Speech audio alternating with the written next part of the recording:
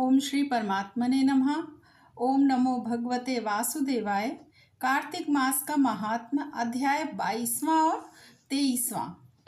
धर्मदत्त ने कहा कि जय और विजय भगवान के दो अन्य द्वारपाल मैंने सुने हैं।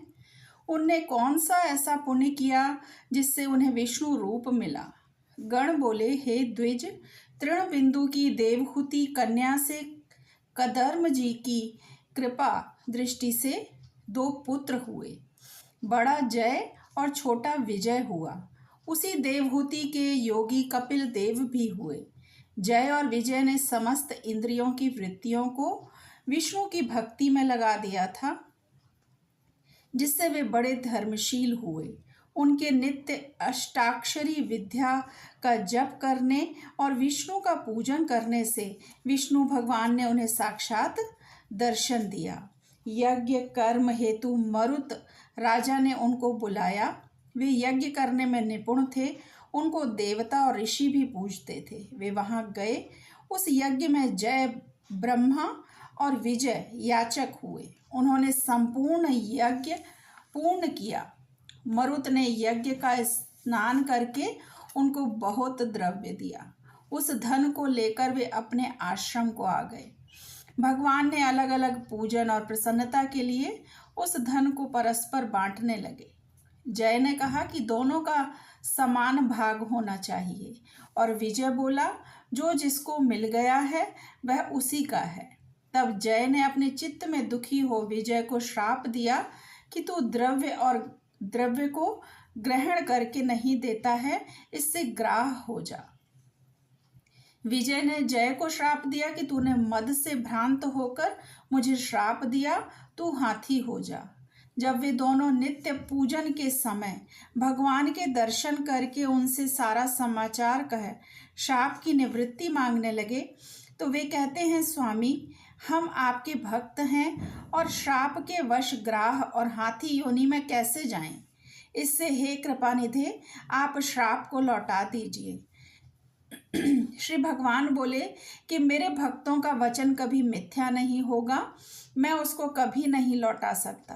पहले प्रहलाद के लिए खंबे से प्रकट हुआ, फिर अम्बरीश के वचन दे 10 प्रकार से प्रकट हुआ।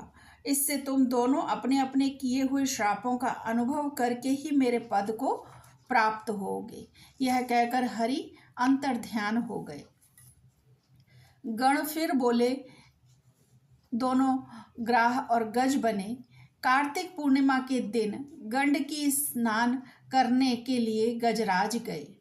उस श्राप के कारण ग्राह ने उस गज का पैर पकड़ लिया। ग्राह से पकड़े हुए हाथी ने कातर वाणी में विष्णु भगवान का स्मरण किया, तो शंख चक्र गदाधारी विष्णु भगवान प्रकट हुए।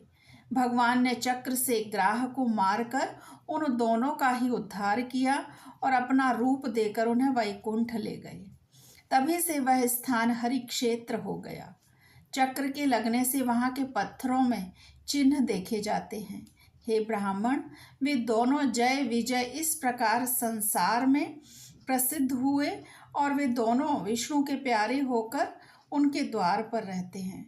इससे हे धर्मज्ञ, तू भी नित्य विष्णु के व्रत में स्थित होकर मत्सरता और कपट छोड़कर समदर्शी हो जा। सदा तुला, मकर और मेष के सूर्य में प्रातः काल स्नान कर एकादशी का व्रत और तुलसी के वन का पालन किया कर। ब्राह्मण, गौ और वैष्णवों की सेवा करना, सदा मसूर, कंजी, बैगन का त्याग करना। इसी प्रकार हे धर्मदत्त, इस देह का अंत होने पर तुम भी हमारी तरह विष्णु के परम पद को प्राप्त हो जाओगे। जन्म से किए गए इस व्रत से यज्ञ, दान, तीर्थ ये कोई अधिक नहीं है।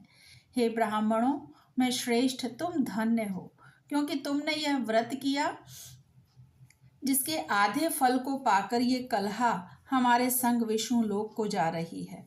नारद जी बोले, इस प्रकार धर्मदत्त से कहकर और विमान में बैठकर वे दोनों कलहा समेत वैकुंठ को गए। धर्मदत्त भी विश्वास युक्त हो उन व्रतों को करता हुआ अंत में देहांत होने पर दोनों स्त्रियों के साथ वैकुंठ को गया। इस इतिहास को जो पुरुष सुनता है और जो सुनाता है वह भी जगत गुरु की कृपा से भगवान के समीप पहुँचने वाली भक्ति को प्राप्त होता है। ओम नमो भगवते वासुदेवाय। श्री कृष्ण अर्पणम अस्तु। हरे कृष्णा।